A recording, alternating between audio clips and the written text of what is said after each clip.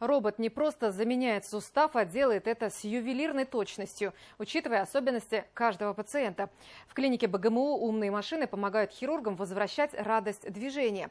Роботизированное эндопротезирование коленного сустава. Это не просто операция, а целая программа реабилитации, позволяющая быстрее вернуться к полноценной жизни.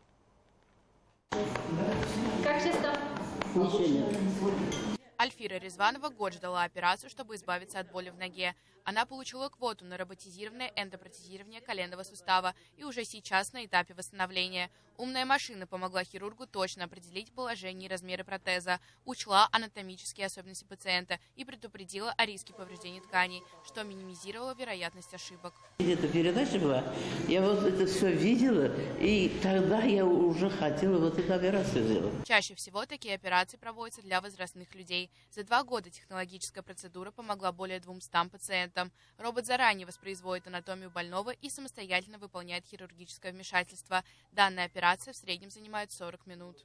Как бы это обидно ни звучало, мастерство робота, оно превосходит мастерство хирурга-виртуоза в 10 раз. В этом особенность. Поэтому роботическая цифровая революция случилась.